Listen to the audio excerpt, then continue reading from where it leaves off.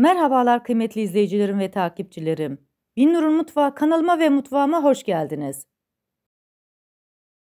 Bugün sizler için sadece 4 gün içerisinde oluşan karışık turşu tarifim var. Bu turşu 4 gün içerisinde oluyor. Fakat kış boyunca kütürlüğünden hiçbir şey kaybetmiyor.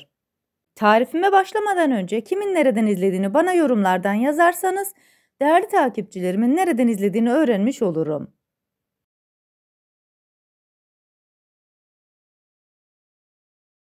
Sizleri daha fazla bekletmeden bu leziz karışık turşunun tarifine geçiyorum. Herkese iyi seyirler.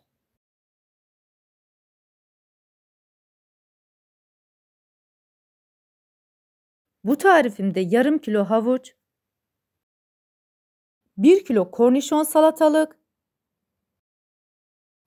1 kilo acur, 2 adet kapya biber, her kavanoz için çeyrek demet maydanoz, her 1 litrelik kavanoz için 5 adet cin biberi, 5 baş sarımsak kullandım. Sarımsakların kabuklarını soydum, büyük olanlarını birkaç parçaya bölüyorum. Böylelikle turşunun içerisine aroması daha güzel geçiyor. Doğramış olduğum sarımsakları kenara alıyorum. Cin biberlerini kürdan yardımıyla birkaç tane delik açıyorum. Ben kuru cin biberi kullandım. Sizler isterseniz yaşını da kullanabilirsiniz.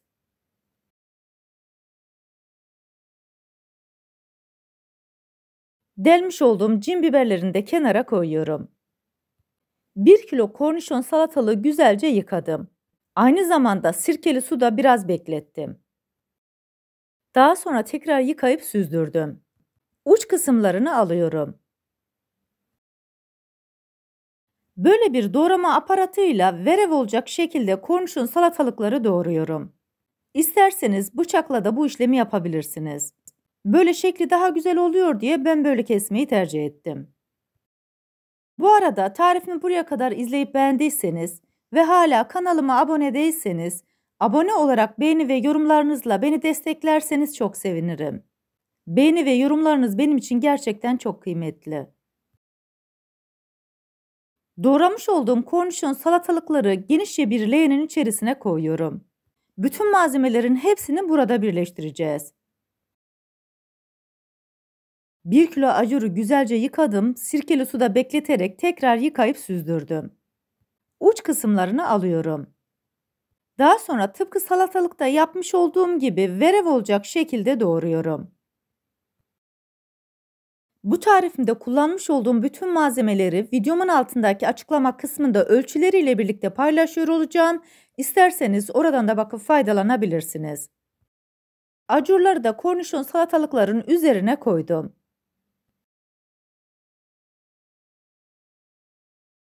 Yarım kilo havucu güzelce yıkadım ve süzdürdüm. Kabuklarını soyuyorum, kök kısımlarını temizliyorum. Tıpkı salatalık ve acur gibi onu da verev olacak şekilde kesiyorum.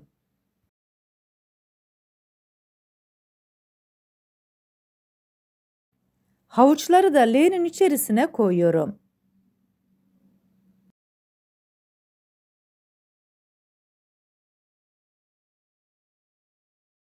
İki adet kapya biberin çekirdekli bölümlerini temizledim. Bir parmak aralıklarla da uzunlamasına kestikten sonra küp küp doğruyorum. Kapya biber turşumuza güzel bir renk veriyor ve lezzet veriyor. Onu da diğer malzemelerle buluşturuyorum. Daha sonra bütün malzemeler birbirine geçinceye kadar güzelce karıştırıyorum.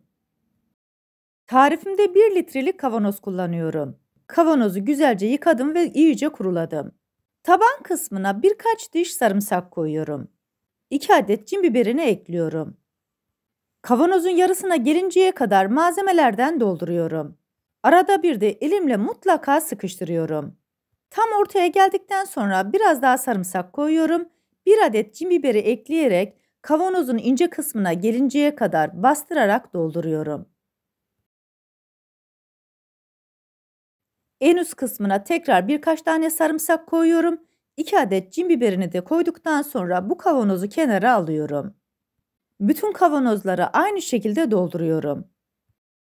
Bu malzemelerle toplamda 4 tane 1 litrelik kavanoz doldurdum.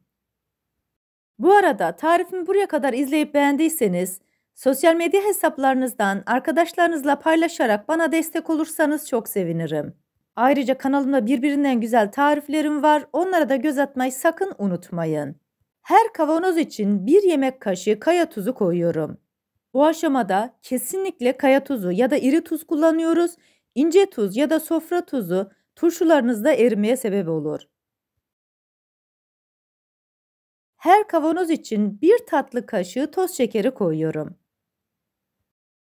Toz şekeri sayesinde turşularımız çok fazla asitlenmeyecek. Her kavanoz için 1 çay kaşığı limon tuzu koyuyorum. İsterseniz sadece yarım limonun suyunu da sıkabilirsiniz.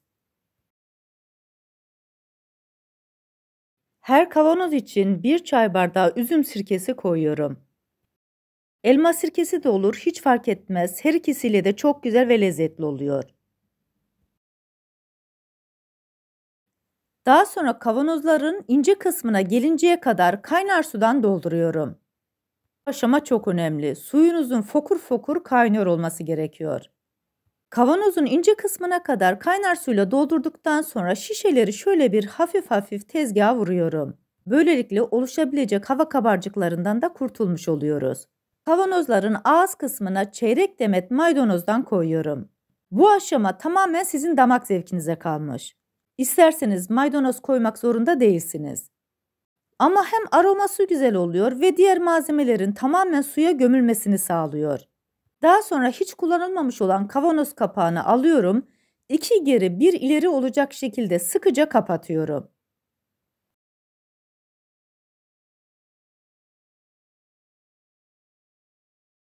Bütün kavanozları şöyle bir şalkalayarak kenara koyuyorum.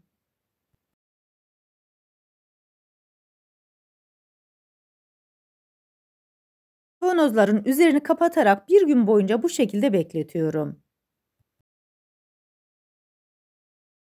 Ertesi gün üzerini açıyorum ve 4 gün sonra turşularımız yemek için hazır olacak. Bu arada kış boyunca da bu turşuları tüketebilirsiniz. Kaynar su kullandığım için erime olur diye kesinlikle düşünmeyin. Tadına doyamayacağınız kütür kütür turşularınız olacak.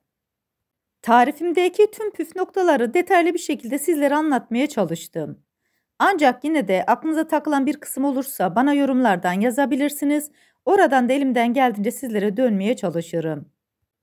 4 günün sonunda turşularımız yenmek için hazır.